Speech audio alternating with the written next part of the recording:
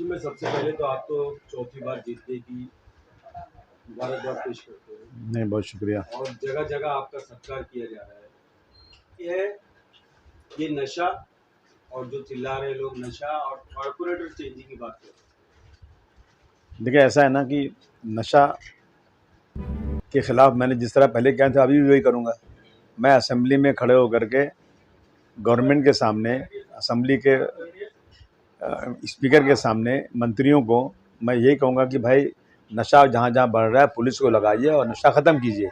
मैं डंडा लेकर तो पकड़ने जाऊँगा नहीं, मुझे तो अथॉरिटी है नहीं इस बात की। मैंने हमेशा बोला है और आपने सुना होगा, स्पीकर ने कहा कि अबू आसिम साहब आप नशे पे कितनी बार बोलोगे? जब सरकार सोई हुई होगी तो कोई क्या करेगा? और नशा सिर्फ मानखुद शिवाजी नगर में नहीं है, नशा तो पूरे हिंदुस्तान में है। और मुंबई कौन से इलाके में नशा नहीं है? ये तो एक जो है ना नैरेटिव सेट किया गया और लोग उस पर लोग सेट हो गए। नशा चारों तरफ है।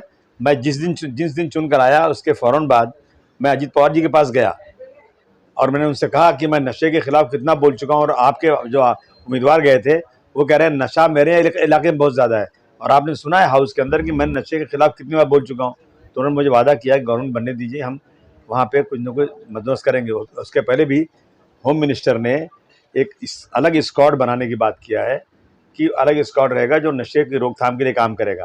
और इसी के साथ साथ मैं उन लोगों को भी तंबीह करना चाहता हूँ जिनके बच्चे नशे में हैं, कम से कम अपने बच्चों को देखें, अपनी फैमिली को देखें, जो नशा करें उनको रोकें। ये एमएलए का काम नहीं नशा ख़त्म कर देना, ये सरकार का काम है। और यहाँ को कौन सा काम है यहाँ पे? अब जो आपका नगर सेवक की बात करें, देखिए नगर सेवक 5 साल के चुन के आता है, 2 साल नगर सेवक रहा, उसके बाद आज तक नगर सेवक ही नहीं है, उसके बाद 1 रुपये फंड ही नहीं है, वो कुछ काम ही नहीं कर सकता। तो अब लोगों को उम्मीदें हैं कि भाई मेरी गली ख़राब है, नगर सेवक नहीं बना रहा है, नाराज़ हो रहे हैं। जो लोग सीटिंग हैं उन्हीं से नाराज़गी हो रही है क्योंकि फंड है ही नहीं उनके पास, कहाँ से बनाएंगे? और जो गलियाँ बन रही हैं ना, इतनी पतली गली है कि जैसे गली बनती है वैसे उस पर चलना शुरू कर देते हैं, वो सूखती भी नहीं है और ख़राब हो जाती है। तो लोगों की गलती नहीं है, गलती सरकार की है। अगर फंड ही नहीं है तो काम कैसे होगा? जैसे कि आपने कहा कि एमएलए का काम नहीं है, मगर आज फहाद आजमी डंडा लेके गली गली में घूम रहे हैं और लोगों को पकड़ रहे हैं, जिसकी वजह से चारों तरफा आपकी चर्चा हो रही है कि आशिफ भाई ने फहाद को कहा है, फहाद ने एक्शन शुरू कर दिया। उस पर भी नाराज़गी हो रही है ना, वो भी बंद करना पड़ेगा। वो भी नाराज़गी हो रही है कि भाई एक आदमी जाके क्यों इस तरह कर रहा है। लोग शिकायत कर रहे हैं पुलिस को कि आदमी डंडा आके डंडा लेके नहीं जा रहा है वो।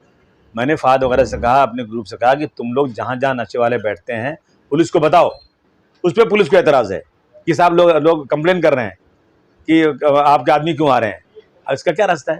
तो पुलिस का ही काम कर रहे हैं ना इतने डर के। नहीं, मगर पुलिस को एतराज़ है इस पर कि कोई भी पार्टी का आदमी नहीं आना चाहिए। हमको बता दीजिए जगह कहाँ है, हम जाएंगे वहाँ पर, लेकिन आप हमारे साथ कोई पार्टी का आदमी जाएगा तो उससे प्रॉब्लम खड़ा हो रहा है। जैसे कि आपने एक नंबर भी जारी किया है, शिकायत नंबर जी, तो वो शिकायत उस पर क्या क्या करना चाहिए लोगों से? हर चीज़ शिकायत करें। जो भी मेरे अंडर में है, कहीं नशा हो रहा है तो नाम बताएं। लोग हम कह रहे हैं बेचने वालों का नाम बता, आप कह रहे हैं बहुत बदमाश लोग हैं। कौन लोग हैं, नाम बताइए आप। कोई नाम बताता नहीं है। भाई नाम बताइए, आपका नाम हम किसी को नहीं बताएंगे, मुझे धीरे से लिख के दे दीजिए भाई मेरे इलाके में फला आदमी नशे का कारोबार करता है, तो हम उस पर नज़र रखें, पुलिस को बताएं ये सब चीज़ें। और उस पर जो है लोग गली ख़राब है, पानी नहीं आ रहा है, गंदगी है, यही शिकायत आ रही है।